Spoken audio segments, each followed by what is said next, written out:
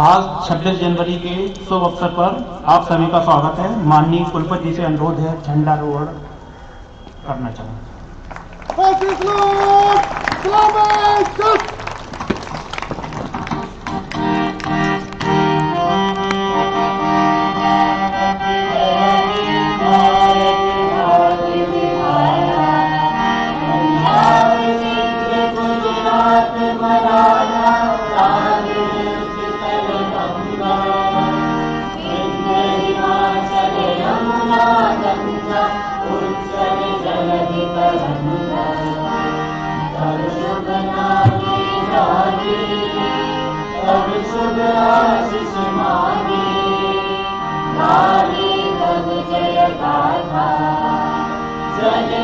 मंगलदायक जय हे भारत भाग्य विधाता जय हे जय हे जय हे जय जय जय जय हे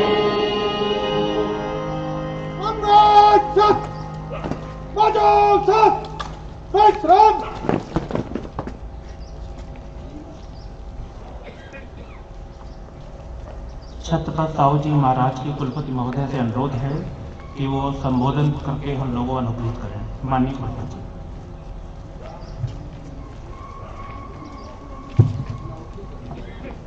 छत्रपति साहू जी महाराज विश्वविद्यालय कानपुर का पूरा परिवार जो आज यहाँ हमारे देश के 72nd रिपब्लिक डे गणतंत्र दिवस पर एकत्रित है, मैं आप सभी को इस गणतंत्र दिवस की बहुत बहुत बधाई देती हूँ। प्रश्न ये उठता है कि गणतंत्र दिवस है क्या? आप बचपन से ही सुनते चले आ रहे हैं कि वो दिवस है जिस दिन हमारा संविधान बना, जिस दिन हमारा कॉन्स्टिट्यूशन बना। हम सभी जानते हैं कि हमारा एक ये कॉन्स्टिट्यूशन है। यदि हम देखें अक्रॉस द ग्लोब तो हमारा ही एक ऐसा संविधान है भारत का जो सबसे बड़ा संविधान है, जिसमें 395 अनुच्छेद हैं और जिसे हम कहते हैं कि विकसित देश है अमेरिका, उसमें 7 अनुच्छेद हैं। वो सबसे छोटा कॉन्स्टिट्यूशन है। हर देश अपने हिसाब से एक कॉन्स्टिट्यूशन बनाता है। हमारे देश का भी संविधान 26 नवंबर सन 1949 में ये बना और आज ही के दिन 26 जनवरी 1950 से ये क्रियान्वयन होना शुरू हुआ। अक्सर हम भूल जाते हैं कि हमारा संविधान क्या है। एक छोटा सा उदाहरण मैं आपके सामने प्रस्तुत करके अपनी बात आगे बढ़ाती हूं। 25 जनवरी का दिन पूरा महाविद्यालय, स्कूल की बात कर रही हूं, पूरा महाविद्यालय 26 जनवरी की तैयारी में लगा हुआ है। कुछ कार्यक्रम होना है, कुछ नाच गाने होने हैं। 2 बच्चों ने अपने टीचर से पूछा कि सर हमें कुछ कलर ड्रेसेस बाजार से लानी है, क्या हम ले आएं? सर ने भी कह दिया हाँ ठीक है जाओ ले आओ। थोड़ी देर बाद वो दोनों बच्चे वापस आए। प्राचार्य महोदय बाहर खड़े हुए थे। उन्होंने बच्चों को रोका कि कहाँ गए थे भाई? बोले कि हम सर से पूछ के गए थे। वो मैं कहा ठीक है, सर से पूछ के गए थे, मैं ये नहीं पूछ रहा कि तुम क्यों गए, लेकिन मैं ये जानना चाह रहा हूं कि तुम कहाँ गए।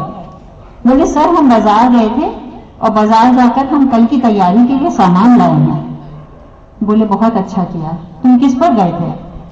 बाइक से उतरे थे दोनों बच्चे। तो बोले कि सर हम ये बाइक से गए थे। ये बाइक किसकी है? बोले ये गार्ड भैया की है। हमने गार्ड भैया से कहा हमें बाइक दे दीजिए और हम जाकर सामान ले आए। तो प्राचार्य ने कहा कि क्या तुम्हें मालूम है कि तुम्हारी उम्र क्या है? क्या तुम्हें मालूम है कि तुम्हें इस उम्र में बाइक नहीं चलानी है? क्या तुम्हें मालूम है कि यदि गलतीवश तुम बाइक लेकर भी गए तो तुम्हें बिना हेलमेट पहने बाइक चलाना मना है? यही हमारा संविधान है जो हमें नियम बताता है, हमें कानून बताता है और कहता है कि हर भारतवासी इन्हें फॉलो करें, इनका अनुपालन करें। इतना बड़ा हमारा संविधान होते हुए यदि हम अपने संविधान को भूल जाएं और उसका पालन न करें तो हम एक सच्चे भारतीय, एक सच्चे नागरिक कहलाने के काबिल न होंगे। मैं आपको मालूम है सन 2018 से इस विश्वविद्यालय में हूं। अक्सर मेरे मन में विचार उठता था कि क्या हमें अपने संविधान के बारे में जानकारी है। हमारे बच्चों को भी मुझे लगता है कि इसकी पूरी जानकारी नहीं है। मैंने हमारे लॉ विभाग के जो डायरेक्टर हैं प्रोफेसर भटनागर, उनसे अनुरोध किया कि क्यों ना कम से कम हम एक बैनर लगाकर अपने मेन एंट्रेंस पर अपने बच्चों को ये बताने की कोशिश तो करें। हर बच्चा जब कैंपस में घुसेगा थोड़ा तो पढ़ेगा कि हमारे मौलिक अधिकार। देखिए संविधान में दो बहुत इंपॉर्टेंट चीजें हैं, एक तो हमारे मौलिक अधिकार क्या हैं और दूसरे हमारी मौलिक कर्तव्य क्या हैं। दोनों चीजें, एक तरफ जब हमारा संविधान हमें अधिकार देता है कुछ करने के लिए, दूसरी तरफ हमें हमारे कर्तव्य बोध का भी ध्यान दिलाता है। तो इसलिए हमें ये जानना बहुत आवश्यक है कि क्या क्या हमारे पास अधिकार हैं जिनका हम प्रयोग कर सकते हैं और क्या क्या हमारे कर्तव्य हैं जो हमें अपने देश के लिए करने हैं। इसी क्रम में मैंने प्रोफेसर भटनागर से भी अनुरोध किया है कि आज, क्योंकि वो एक लीगल एक्सपर्ट हैं, वो आपके सामने कुछ मिनटों में जो हमारे मौलिक अधिकार हैं और मौलिक कर्तव्य हैं उनके बारे में भी आपके साथ अपनी नॉलेज को भारतीय संविधान के बारे में आपके सम्मुख प्रस्तुत करेंगे। हम भारतीय हैं और भारतीय होने के नाते हम आज से चले जाइए 1947 से पहले, उस समय में जब हम आजाद नहीं थे, हम सभी जानते हैं कि कोई भी मनुष्य, कोई भी जानवर भी आप अगर ले लीजिए जिसको पिंजरे में हम बंद करके रखते हैं, वो सिर्फ खुले आसमान की तरफ देखता है, कहता है काश मैं भी इस पिंजरे से निकलकर बाहर उड़ सकता। ये होती है आजादी। आज जब हम आजाद हैं तो हम शायद भूल जाते हैं कि आजाद होने की अहमियत क्या है। हमें अपनी आजादी पर हमें गर्व होना चाहिए। हम ये सोचते हैं कि क्या हम जाट हैं, क्या हम राजपूत हैं, क्या हम सिख हैं। आज यदि प्रश्न हमारे मन में ये उठता है तो न हम आज जाट हैं, न हम आज सिख हैं, न हम आज राजपूत हैं, हम आज सिर्फ एक भारतीय हैं, हम सिर्फ एक भारतीय हैं। हमारे यदि हम परिप्रेक्ष्य में देखें पूरी दुनिया के, तो इंडिया को हमेशा डेवलपिंग कंट्री कहा जाता है, विकासशील देश। 72 साल क्रीडेंशियल क्या है? विकासशील देश। क्या 72 साल में भी हम अभी तक विकासशील देश ही रहेंगे? ये एक सोचने का मुद्दा है और हमें इस पर गहन अध्ययन करना है कि आज कम से कम इस 72वें गणतंत्र दिवस पर हम एक शपथ लें कि हमें अपने देश को विकासशील देश से शील हटाकर सिर्फ विकसित देश में इसको परिवर्तित करना है।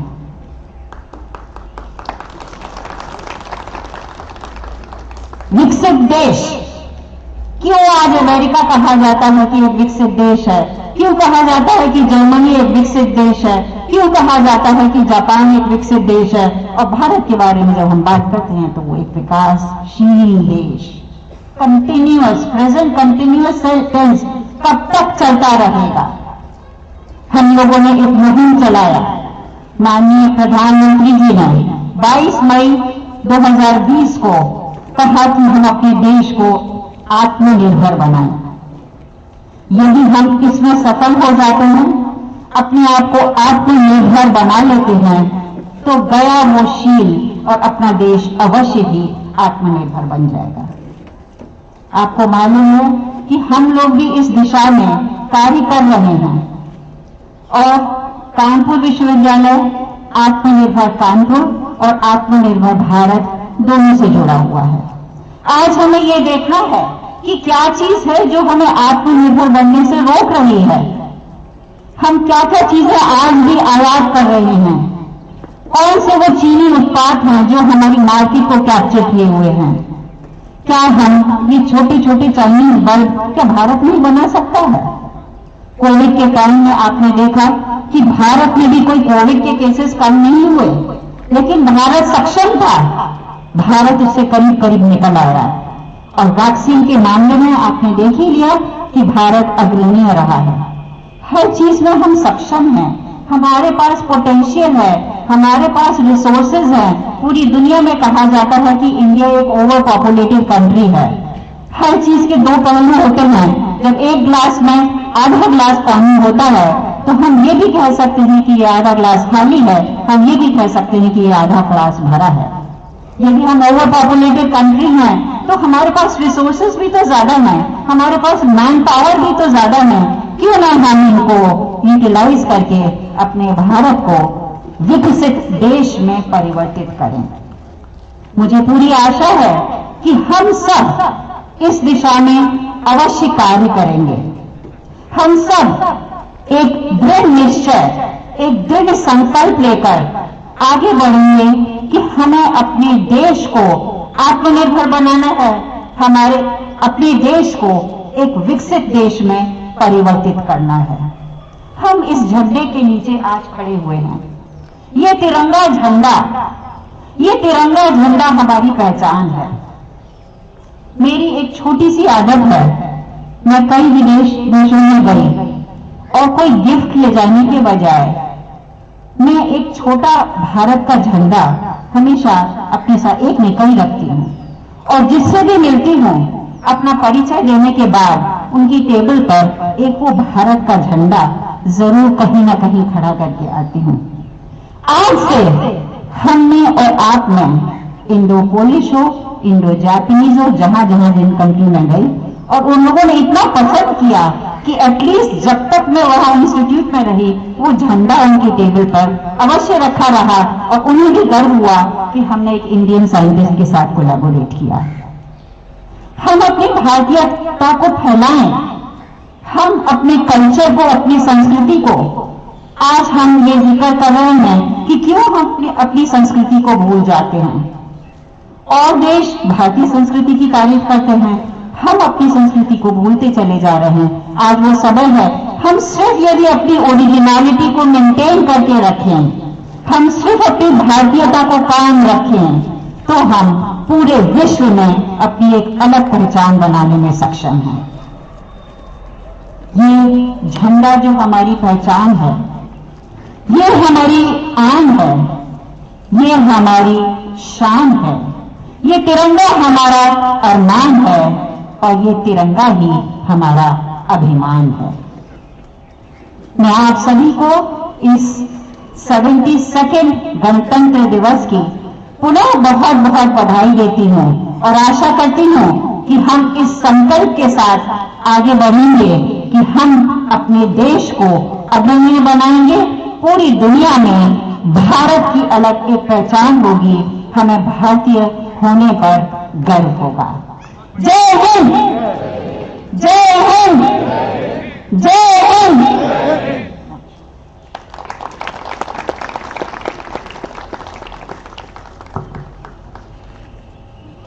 72वें गणतंत्र दिवस के अवसर पर विश्वविद्यालय के सभी शिक्षकों को, अधिकारियों को, कर्मचारियों को, सुरक्षा में लगे सभी गार्डों को, एनसीसी के बच्चों को, एनएसएस के बच्चों को और विश्वविद्यालय के जितने भी छात्र छात्रा यहाँ पर आए हुए हैं सभी को गणतंत्र दिवस की बहुत बहुत शुभकामनाएं। इसके साथ ही मैं विधिक अध्ययन संस्थान के निदेशक प्रोफेसर एएस भटनागर जी को यहाँ पे बुलाना चाहूंगा उनका उद्बोधन के लिए। श्री भटनागर।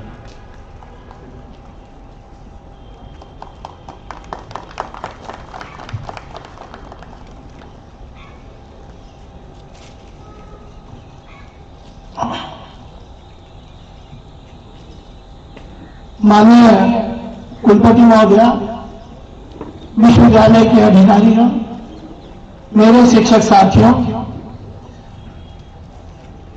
गणतंत्र दिवस के अवसर पर उपस्थित गणमान्य व्यक्ति, सुरक्षा में लगे व्यक्ति, प्रिय छात्र छात्राओं, 72वें गणतंत्र दिवस के अवसर पर आपको बधाई देते हुए मैं राष्ट्र ध्वज को नमन करता हूं। हम आज गणतंत्र दिवस मना रहे हैं। यही जानना सबसे पहले जरूरी है कि गणतंत्र है क्या। तंत्र सिस्टम है और गण एक साधारण नागरिक है। भारत का राष्ट्राध्यक्ष एक साधारण नागरिक हो सकता है, वो एक वैज्ञानिक भी हो सकता है, वो एक शिक्षक भी हो सकता है, एक वो कृषक भी हो सकता है। 26 जनवरी सन 1950 को जब हमने अपना संविधान लागू किया, संविधान निर्माताओं ने डॉक्टर राजेंद्र प्रसाद की अध्यक्षता में डॉक्टर अंबेडकर कॉन्स्टिट्यूएंट असेंबली की डिबेट के ड्राफ्टिंग कमेटी के चेयरमैन थे। भारत ही एक ऐसा देश था उस समय जिसका अपना संविधान नहीं था। हम बहुत जरूरत में थे, आजादी हमारी प्राथमिकता थी। सन 1947 में हमने आजादी प्राप्त की और लगातार विश्व के सभी संविधानों का अध्ययन करके संविधान निर्माताओं ने भारत का संविधान बनाया। विशालतम संविधान, most systematic elaborate constitution of the world, और ये संविधान ही है जिससे सभी को शक्ति प्राप्त होती है, चाहे वो कार्यपालिका है, चाहे वो न्यायपालिका है, चाहे विधायिका है। और इस संविधान को शक्ति प्राप्त होती है आपसे और हमसे। संविधान की प्रस्तावना के शुरू के 2 शब्द इसका महत्व बता देते हैं। We the people of India, हम ही भारत के लोगों ने इस संविधान को एडॉप्ट किया है, लागू किया है, इसको स्वीकार किया है। जहां तक माननीय कुलपति महोदया ने अपने विश्वविद्यालय में मौलिक अधिकारों के बारे में मुझे निर्देश दिए थे कि हमारे छात्र छात्राओं को मौलिक अधिकार, ये मौलिक अधिकार फंडामेंटल राइट्स वो अधिकार है जिनके बिना किसी भी व्यक्ति का समुचित व्यक्तित्व का विकास नहीं हो सकता। These are the basic fundamental rights. हमारे संविधान निर्माताओं ने मौलिक अधिकारों में सबसे विस्तृत चैप्टर दिया है। मौलिक अधिकारों में सबसे पहला मौलिक अधिकार आर्टिकल 14 से लेकर 18 तक आता है, जिसमें समानता का अधिकार, समता का अधिकार है, जिसमें आर्टिकल 14 हमें सिद्धांत देता है कि विधि के समक्ष समता और विधि का समान संरक्षण। एक सिद्धांत हमने अमेरिका से लिया और दूसरा हमने ब्रिटेन से लिया और दोनों को मिलाकर समता का अधिकार बनाया। आर्टिकल 14 सभी लोगों को उपलब्ध है।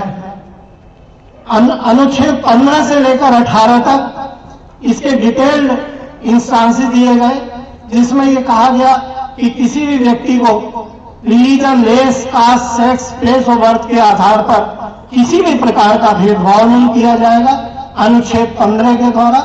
और उसी में यह भी कहा गया कि किसी भी दुकान, सार्वजनिक स्थान या ऐसे विषय स्थान जो राज्य विधि से मेंटेन किए जा रहे हैं, उसमें किसी भी प्रकार की कोई प्रतिबंध या भेदभाव नहीं किया जा सकता। अनुच्छेद 15 में महिलाओं और बच्चों के लिए विशेष कानून बनाने का अधिकार संविधान ने दिया। अनुसूचित जाति, जनजाति या पिछड़े वर्ग के लिए अनुच्छेद 15(4) में प्रोविजन दिया गया और अनुच्छेद 16 में नौकरियों में किसी भी प्रकार का भेदभाव करने से मना किया गया। Religion, race, caste, sex, place of birth के अलावा 2 ग्राउंड और बढ़ाए गए, डिसेंट और प्लेस ऑफ रेजिडेंस। इनके आधार पर किसी भी प्रकार का भेदभाव नहीं किया जा सकता है। और जो अनुसूचित जाति, पिछड़ा वर्ग, इसके लिए आरक्षण का व्यवस्था अनुच्छेद 16(4) में की गई। बचे हुए 17 और 18 आर्टिकल में टाइटल्स जो अंग्रेजों के द्वारा राय बहादुर या राय साहब के खिताब दिए जाते थे, उनको प्रतिबंधित कर दिया गया कि किसी भी प्रकार का कोई टाइटल नहीं दिया जाएगा। अनटचेबिलिटी, जिसके विरुद्ध महात्मा गांधी ने बड़ा संघर्ष किया, अनटचेबिलिटी को इसके द्वारा समाप्त किया गया कि किसी भी प्रकार की अस्पृश्यता एक प्रकार का अपराध होगा। आर्टिकल 19 हमारा सबसे इंपॉर्टेंट फंडामेंटल राइट है, जिसमें हमें 7 प्रकार की स्वतंत्रताएं दी गई और जिनमें से एक स्वतंत्रता राइट टू प्रॉपर्टी समाप्त कर दी गई। आर्टिकल 19 में 6 फ्रीडम्स अभी भी हैं। Freedom of speech and expression, जिसका प्रयोग मैं अब कर रहा हूं, बात और अभिव्यक्ति की स्वतंत्रता, और यहां तक कि फ्रीडम ऑफ प्रेस जो हमारा 4th स्टेट माना जाता है, वो भी आर्टिकल 19 बनने में freedom of speech and expression में इंक्लूड है। Freedom of movement, right to reside anywhere in India, freedom of movement, इस तरह से 6 स्वतंत्रताएं आर्टिकल 19 में दी गई। इन पर किस प्रकार का प्रतिबंध लग सकता है वो भी विधायिका के डिस्क्रिप्शन में नहीं छोड़ा गया। संविधान ने बताया कि कहां इस पर प्रतिबंध लगाए जा सकते हैं। आर्टिकल 20 में 3 प्रकार की स्वतंत्रताएं दी गई। सेल्फ, किसी भी व्यक्ति को एक अपराध के लिए 2 बार दंडित नहीं किया जा सकता। किसी को अपने विरुद्ध अपराधी सिद्ध करने के लिए कंपेल नहीं किया जा सकता कि वो मजबूर किया जा सके। और इसके अलावा आर्टिकल 21 जो हमारा सबसे बहुत ही महत्वपूर्ण अधिकार है, वो है हमारा सम्मान पूर्वक जीवन जीने का अधिकार। और उसको सुप्रीम कोर्ट ने लगातार सन 1950 से लेकर 1978 तक मेनका गांधी के केस में ये कहा कि यह अधिकार हमारा अधिकार ही नहीं है, भौतिक अस्तित्व ही नहीं है शरीर का, बल्कि right to live with dignity है, जिसमें हमें बहुत विस्तृत अधिकार उच्चतम न्यायालय ने किया। आर्टिकल 22 में वो सेफगार्ड्स दिए गए हैं कि अगर कोई अपराध कमिट करता है तो उसे क्या सुरक्षा या किस प्रकार से उसके अधिकार होंगे। अगर किसी को प्रिवेंटिव डिटेंशन लॉ में बंद किया जाता है तो उसको क्या संरक्षण प्राप्त होगा। इस तरह से आर्टिकल 21, 22 के अलावा 23, 24 में राइट अगेंस्ट एक्सप्लॉयटेशन, बच्चों को किसी भी कारखाने में नियुक्त नहीं किया जा सकता। या इसके अलावा धर्म और स्वतंत्रता, फ्रीडम ऑफ रिलीजन, कि हम अपने धर्म की हमें स्वतंत्रता है, हम किसी भी प्रकार से उसका राइट टू प्रोफेस, क्योंकि शुरू में ही संविधान की प्रस्तावना में कहा गया है सेकुलर, हमें कैसा एक देश बनाना है। We the people of India do hereby solemnly resolve to constitute India into a sovereign, socialist, secular, democratic republic। इन 5 शब्दों में पूरी चीजों को प्रस्तावना में क्लियर कर दिया गया। तो इस तरह से सभी व्यक्तियों को अपने धर्म की स्वतंत्रता, अपने धार्मिक स्थानों की स्वतंत्रता, या किसी भी धर्म के प्रोत्साहन के लिए किसी भी प्रकार का टैक्स न लगाया जाना, या किसी शिक्षण संस्था में किसी प्रकार की धार्मिक शिक्षा न देना, इन प्रावधानों का भी प्रोविजन संविधान में किया गया। कल्चरल एंड एजुकेशन राइट्स, और जहां तक जो हमारे माइनॉरिटीज हैं उनको भी अधिकार दिया गया, क्योंकि ये अल्पसंख्यकों को अपना अल्पसंख्यक अपने उस कैरेक्टर को बनाए रखने के लिए स्वतंत्रता दी गई कि वे अपनी धार्मिक स्थापित कर सकते हैं संस्थाएं, और उसमें किसी भी प्रकार का ग्रांट देने का कोई भेदभाव नहीं किया जाएगा। जहां तक इन अधिकारों के विषय में सबसे इंपॉर्टेंट एक और अधिकार है, वो अधिकार है आर्टिकल 32 में। आर्टिकल 32 में इन फंडामेंटल राइट्स को लागू कराने के लिए एक अधिकार दिया गया, जिसमें 5 प्रकार की रिट्स के द्वारा हाई कोर्ट और सुप्रीम कोर्ट से। तो ये और बहुत इंपॉर्टेंट है कि मौलिक अधिकार ही नहीं बल्कि मौलिक अधिकारों को लागू कराने के लिए एक आर्टिकल 32 में मौलिक अधिकार दिया गया। ये हमारे कुछ मौलिक अधिकार थे। इनमें 2 विशेष बातें हैं कि हम इन अधिकारों को छोड़ नहीं सकते। राइट ऑफ वेवर नहीं है, कोई भी व्यक्ति से छोड़ नहीं सकता।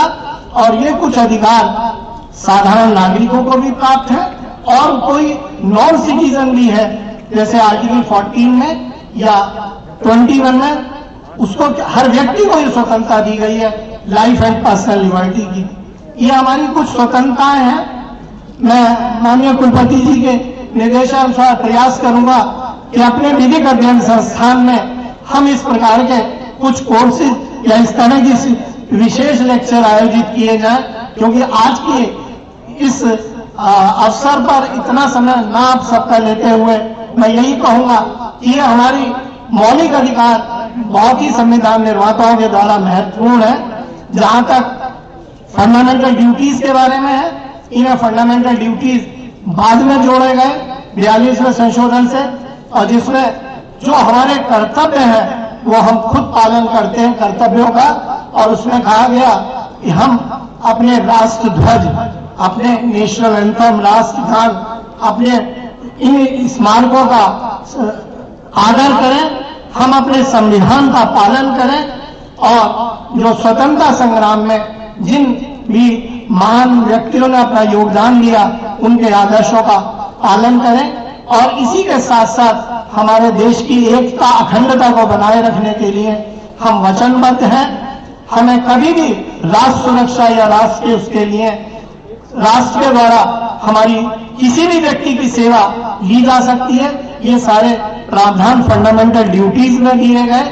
नेचुरल एनवायरनमेंट, नेचर को सुरक्षित करने, वन्य जीवन को सुरक्षित करने, झील, नदी, इन सब रिसोर्सेज को संरक्षित करने और उनके विषय में अपना योगदान देने का फंडामेंटल ड्यूटीज। यद्यपि मैं इस बात को मानता हूं कि हमें फंडामेंटल ड्यूटीज याद दिलाने की जरूरत नहीं है, क्योंकि अगर हमारे अधिकार हैं तो अधिकार का कोरिलेटिव ड्यूटी भी है, कर्तव्य भी है, और हमें अपने अधिकारों के साथ साथ कर्तव्यों का भी पालन करना होगा।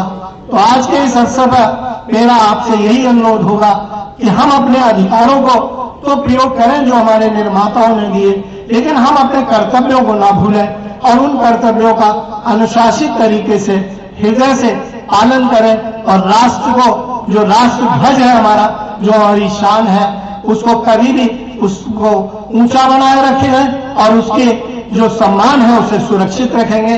इसी निर्णय के साथ हम लोग हर वर्ष उत्साह से अपना गणतंत्र दिवस मनाएं। मैं माननीय कुलपति जी का आभारी हूं कि जो इतने महत्वपूर्ण विषय पर हमने अपने विश्वविद्यालय के गेट के करीब ही अपने मौलिक अधिकारों का एक फ्लेक्सी लगाई है। और मैं आप सबसे अनुरोध करता हूं, एक बार उस मौलिक अधिकारों को ध्यान से जरूर पढ़ें और देखिए कि हमारे अधिकार के बारे में हमारे संविधान निर्माता कितने अधिक चिंतित थे। इन्हीं के साथ मैं अपने शब्दों को विराम देता हूं।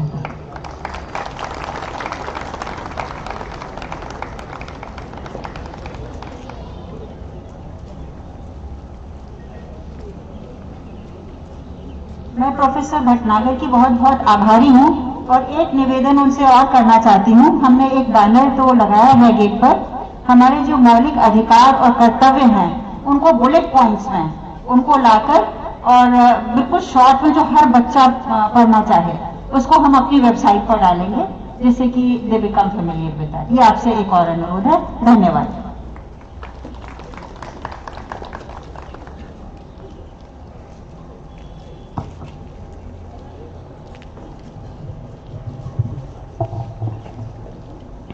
हम सभी लोग वंदे मातरम के लिए तैयार होंगे। कृपया वंदे मातरम शुरू करें।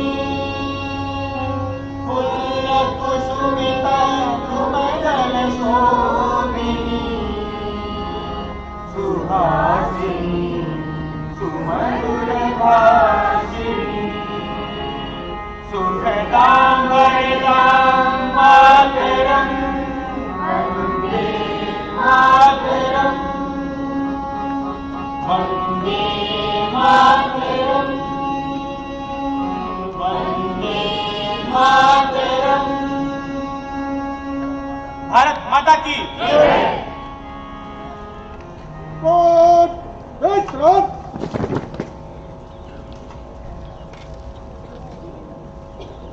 इसके साथ ही आज का प्रोग्राम संपन्न होता है। सभी बच्चों से और जो भी यहाँ पे आए हुए हैं सभी से अनुरोध है कि मिष्ठान वितरण होगा, मिष्ठान लेके ही जाइएगा। धन्यवाद सभी।